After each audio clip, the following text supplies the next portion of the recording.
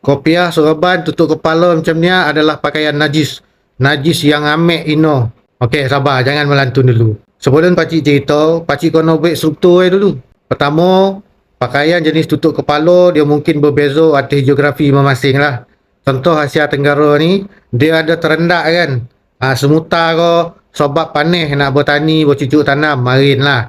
Kedua, sorban ni Nabi kita ni Muhammad sallallahu alaihi wasallam yang pakai sendiri. Itu pun dalam hadis yang dicatatkan Nabi pakai ketika dia masuk pembebasan pembukaan Mekah tu, dia masuk dia pakai. Lepas tu ketika dia menyampaikan khutbah, dia pakai. Dia menyampaikan khutbah ni maknanya menyampaikan ilmu lah. Jadi daripada situ ada cabang manusia nijam yang sekarang ni dia pakai sebab Nabi pakai. Simple dia. Ada orang khabar Nabi pakai tu sebab tu lah pakaian kebangsaan dia. Tak, Dan tak kisah tu. Dan pakai sebab Nabi pakai. Simple as that. Okey, tamat ke situ. Kita pergi pula pada pengkhususan video cik ni. Yang kali ni. Pakaian orang agama kita, orang Islam ketika menyampaikan ilmu, kebanyakan kopiah sorban. Baik. Sebelum tu, acik kono khabar daripada tanggungjawab acik kono khabar daripada mana ilmu yang acik akan sampaikan ni datang. Penting supaya kau tak jadi pak turut yang membabi buta. Jadi selepas pada tu kalau kau rasa mengarutlah tinggal, maka berlepaslah diri pakcik ni daripada salah silap kok pakcik ni telah mewujudkan ketaksuban. Baik macam ni atas susunan Tuhan semua ini, melalui orang kaya pakcik dapat pergi Mekah. Dalam keadaan hati ni ialah pergi secara percuma. Dia tak ada lah gairah mana tu. Tak ada lah kita mengalir air mata dapat pergi Mekah, tak ada. Dan pada ketika itu pakcik ni konon-konon anti Saudi kerana angle view politik. Jadi ketika pakcik pergi tu, kapai pakcik ni bosa bed sekolah ya kau bayangkan lah tu. Tu pun sebab kono bawa kain niram. Kau mainlah bosa kain niram tu macam kain goba. Kok tak lah pakcik bawa plastik sayur yo. Dua persalinan spenda baju seluar. Lepas tu pandai lah pakcik basuh bergili. Pakcik ni jantan yang paling simple ke atas muka bumi ni. Okey, pendek cerita. Kat situlah pakcik jumpa seorang yang dia ni diiringi bla bla bla bla lah, bla bla bla bla bla. Dan hubungan tu, kontak tu dia sampailah kat rumah Malaysia ni pun, kontak tu pun berlaku. Memula gimeh yo, memang gimeh lah. Tetapi lama faham dan pakcik pun belajar lah dari masa ke semasa. Okey, ilmu bab kopiah sorban dalam kurungannya tutup kepala ni, dia datang daripada macam mana nak khabar? Berwhatsapp lama cikgu pakcik yang tadi tu. Bila pakcik semak, pakcik ni bukannya mudah percaya orang kan, jadi pakcik pun semak lah. Dia ada riwayat sahabat Nabi ni Ali nama Dia khabar kalau nak berak tutup kepala, tapi riwayat ni dia lemah. Pertama lemah dan kedua dia tak sandar pada Nabi pun. Dia sandar pada sahabat dia. Ini yang pakcik semak sendirilah.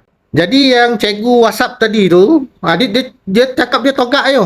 Zaman Nabi, tutup kepala ni dia ada 3 keadaan. Panas ketika berjalan, mau berak. Berak ni dia pecah pula. Iaitu pada ketika menyampaikan ilmu supaya si penyampai ilmu ni tadi, dia tawaduk. Dia tak ujub. Dia tak rasa mulia berbanding audien. Bahawa diri ni berhadas, bernajis, dalam paut ada kencing, kau mati jadi bangkai, jadi dan berkongsi ilmu. Sebab amalan dan ni di alam kekal ya. Bukan nak jadikan dan ni lebih baik daripada kau. Jadi dia cepet-cepet dah letak kain atas kepala ni menunjukkan dia ni hina pasal dia ni ada hadas, berak, kencing mau sama ya macam kau. Jadi pakcik ulang balik, kecuali Nabi. Nabi ni kita tak tahulah. Memang dia macam tu ke, pakaian dia macam tu ke kan. Sekecuali Nabi, bermakna hamba Allah kecuali Nabi ni tadi, bila dia sampaikan ilmu, dia copek-copek letak kain atas kepala. Sebab ada macam taram Nabi lah pula menyampaikan ilmu kan. Marin-marin dulu kalau Muslim bertemu Muslim, dia bertemu lah kan, burak ke apa. Lepas tu sebelum dia berpisah, salah seorang tu dia mesti cakap dia nak minta nasihat kan. Wahai anak Amin. Dulu orang-orang Arab dulu dia panggil nama bapa Melayu 90-an macam makcik ni, sebut nama bapa ni macam ejek lah. Bertumbuk bergumpar. Jadi ulang balik kan, wahai anak Amin, aku nak belah dah ni, berikan aku nasihat. Anak Amin tadi ni copek-copek letak kain atas kepala dan bagi nasihat. Sebab dia tak mahu dilihat mulia sebab menasihat orang lain. Dia sendiri ni bernajis sama yang macam kau. Dia ada orang alim, dia rumah itu punyalah alim, rumah itu jadi sekolah lah, kau bayangkan. Jadi untuk mengelakkan dia ni jadi ujub, dia rutinkan diri basuh tandas. Kau nampak tak? Seka tasawuf hati, pakaian, perbuatan, amalan terdiri. Dia menjaga. Pasal ending tu yang penting. Bagaimana kita bermula ni tak penting ending itu. Jadi bila zaman dah berubah, kain tutup kepala ni dia dah jadi pakaian orang-orang alim. Jadi bila pakaian orang-orang alim ni, dia wujud pula industri dan jadi juga pakaian orang-orang skamer agama. Akhir penutup, melalui struktur cerita acik ni, pepandailah kau tapi. Aku mengarut kau abaikan. Aku manfaat kau share sama-sama lah kita. Mati so adalah bakal iaitu ilmu yang disampaikan.